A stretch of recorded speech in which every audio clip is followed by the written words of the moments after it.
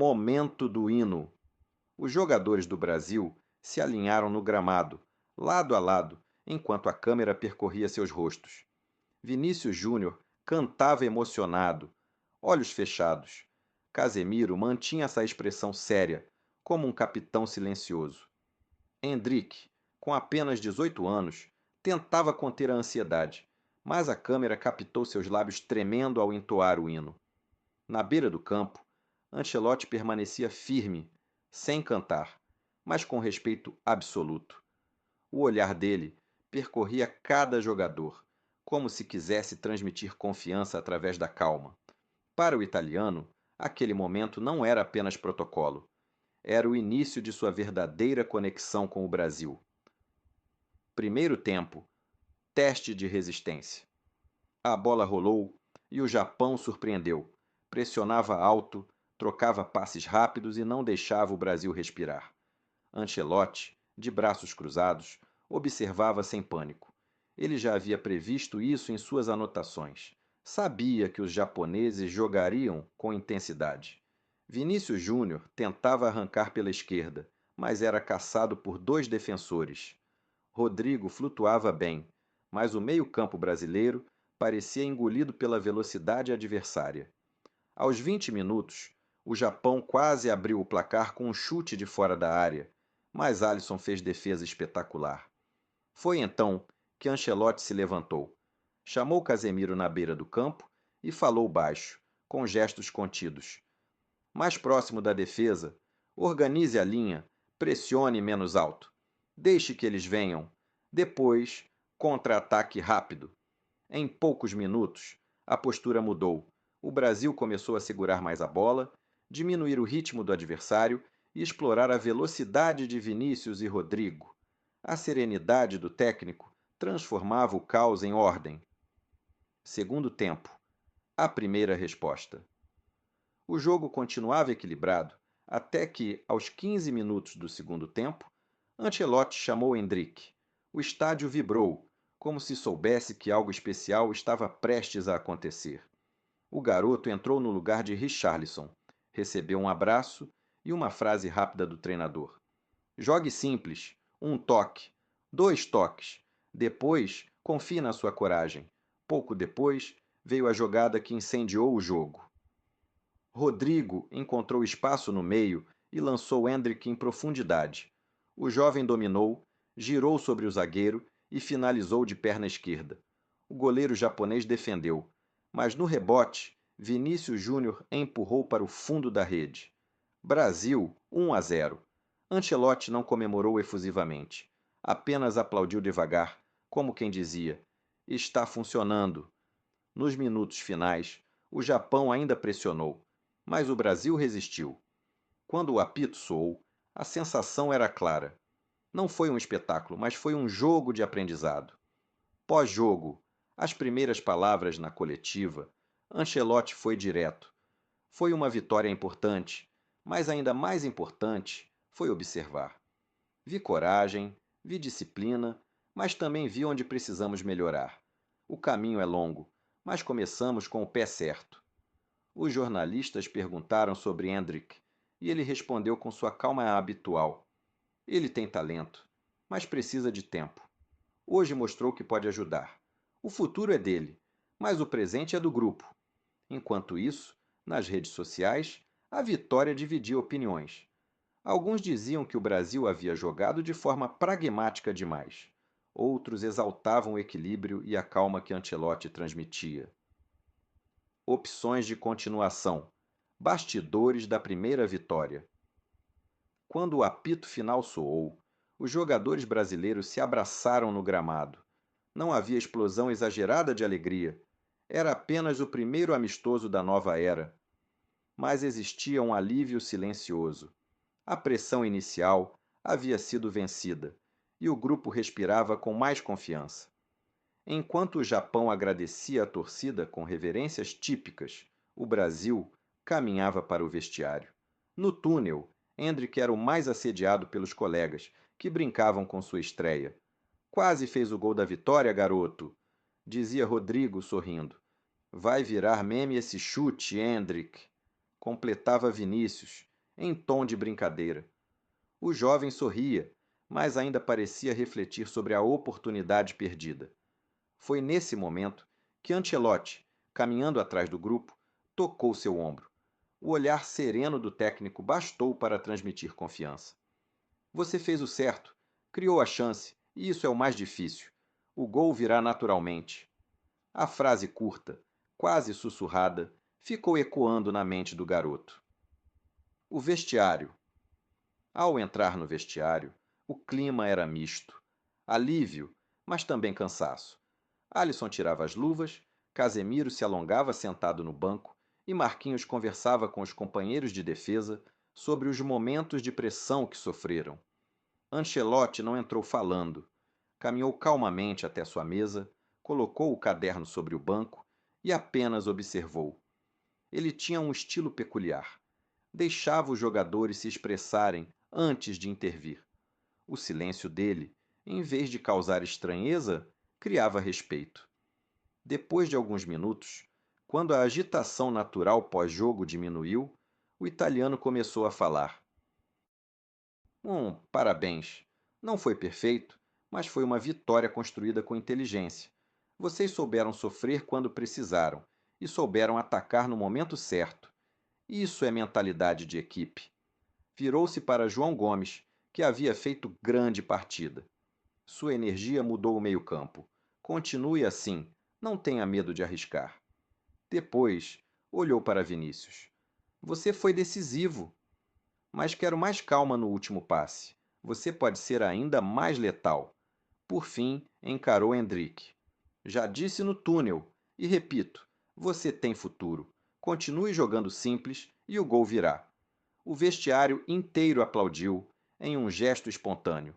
Não era comum um treinador europeu falar de forma tão direta e personalizada.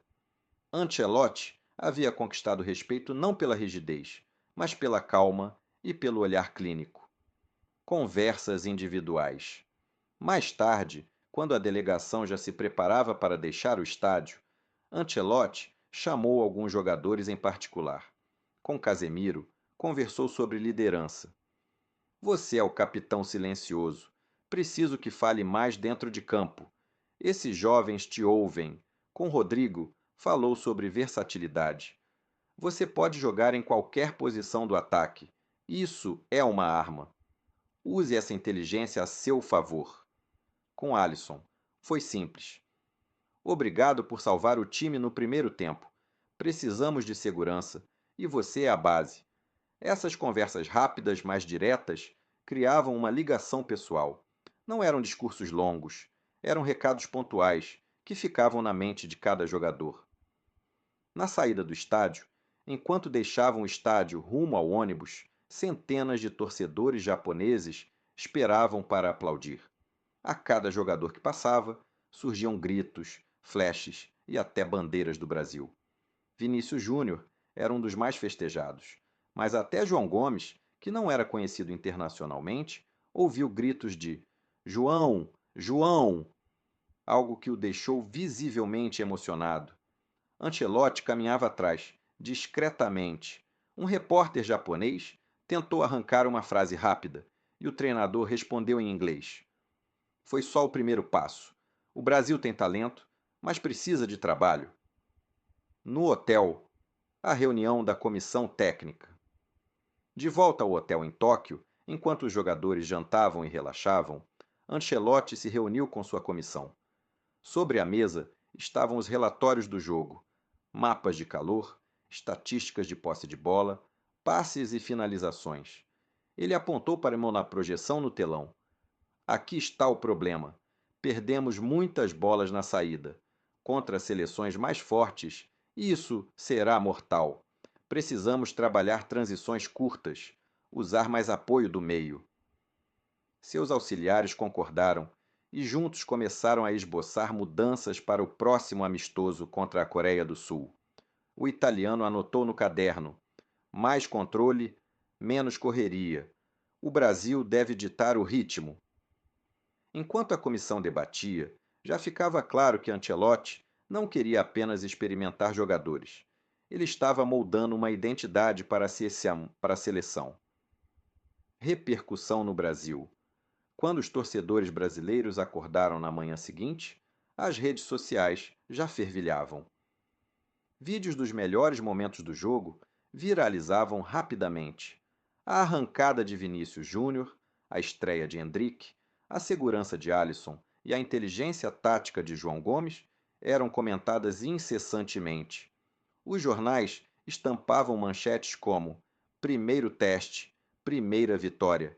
Ancelotti começa a descrever sua história no Brasil. Endrick impressiona, João Gomes rouba a cena e o Brasil vence o Japão. Os colunistas de futebol dividiram opiniões. Alguns exaltavam a paciência de Ancelotti, sua calma e capacidade de observar o jogo antes de intervir. Outros criticavam o pragmatismo excessivo. O Brasil venceu, mas não encantou. O futebol da seleção precisa de mais ousadia. Até quando Ancelotti vai manter essa postura europeia? O Brasil venceu, mas não encantou. O futebol da seleção precisa de mais ousadia. Até quando Ancelotti vai manter essa postura europeia? Ainda assim, havia consenso. O técnico italiano trouxe disciplina e organização, algo que faltava nas últimas convocações.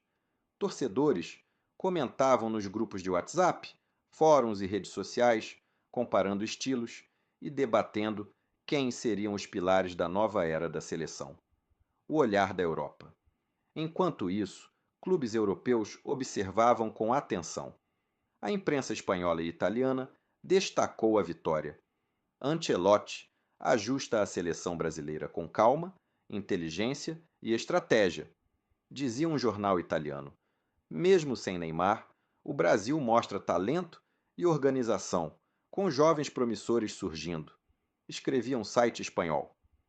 O que mais chamava atenção era a forma como o treinador lidava com os jovens. Vinícius Júnior e Endrick, dois atletas da nova geração, já recebiam destaque internacional, mas Ancelotti era citado como o responsável por canalizar o talento deles de forma eficiente. Ancelotti e a comunicação com o Brasil. Ancelotti, por sua vez, manteve postura calma. Em entrevistas para emissoras brasileiras, repetia: foi apenas o primeiro passo. O importante é construir a equipe. Hoje ganhamos, aprendemos e observamos. O trabalho continua. Apesar da serenidade, era perceptível que ele sentia o peso de comandar o Brasil. Cada palavra era medida, cada gesto observado. A vitória trouxe alívio, mas também aumentou as expectativas. Se Ancelotti continuasse vencendo, seria exaltado como gênio. Se tropeçasse, as críticas poderiam se intensificar. No hotel em Tóquio, ele revisou imagens do jogo, destacou pontos fortes e erros e começou a planejar ajustes para o próximo amistoso contra a Coreia do Sul.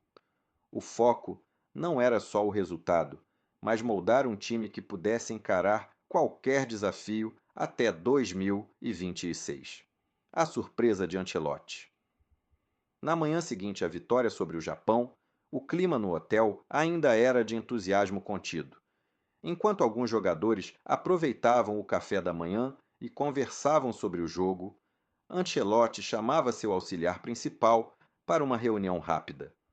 Com o olhar sereno, mais intenso, ele começou a traçar uma estratégia diferente para o duelo contra a Coreia do Sul. Eles jogam de forma compacta, com linhas baixas e muita velocidade nos contra-ataques. Precisamos mudar a dinâmica que usamos contra o Japão. Mas não é só sobre tática. Quero testar a inteligência dos jogadores, quem realmente entende o jogo e quem apenas segue instruções, disse Ancelotti, rabiscando esquemas no caderno. A ideia era ousada: reorganizar o meio-campo, colocar João Gomes em uma posição mais adiantada e dar liberdade para Endrick flutuar entre o ataque e o meio. Vinícius Júnior seria posicionado mais centralizado em certos momentos para surpreender a defesa adversária, enquanto Rodrigo alternaria flanco e setor central. Se conseguirmos fazer essas mudanças funcionarem, teremos uma equipe muito mais imprevisível. O objetivo é observar criatividade, inteligência e liderança em campo. Completou, com vocação individual para explicações. Mais tarde, Ancelotti chamou os jogadores principais para explicar a novidade. Endrick foi o primeiro. Sentaram-se lado a lado no gramado do hotel. O italiano apontou o diagrama. Você terá liberdade para se movimentar. Observe o espaço. Escolha o momento certo de atacar e não tenha medo de arriscar passes. Este é um teste de inteligência, não só de técnica. Vinícius Júnior recebeu instruções similares, mas com ênfase em leituras rápidas de jogo. Em certos momentos, você precisará centralizar. Observe a defesa, atraia marcadores e crie oportunidades para outros. Quero ver como você entende o jogo, não apenas como corre com a bola. Rodrigo, João Gomes e Casemiro também receberam ajustes específicos, cada um com sua função, mas todos compartilhando o mesmo objetivo: o teste de criatividade e liderança de Ancelotti. Clima no grupo. O grupo, naturalmente curioso, reagiu com um misto de entusiasmo e respeito. Alguns jogadores, como Thiago Silva e Alisson, perceberam imediatamente que essa abordagem iria expor quem realmente compreendia o futebol em alto nível. A conversa era discreta, mas os olhares entre os atletas falavam muito. Todos queriam mostrar que estavam prontos para esse novo estilo. No fundo, o italiano sabia que, mais do que vencer, precisava observar e analisar cada movimento. Para ele, a vitória era consequência, mas o aprendizado e o desenvolvimento do time eram o verdadeiro objetivo. Curtiu o vídeo? Então, se inscreve no Curió Robô e ativa o sininho. Aqui a gente não só mostra futebol, a gente conta histórias que fazem o esporte ser inesquecível. Não perde os próximos vídeos. Cada partida tem sua história e você vai querer conhecer todas.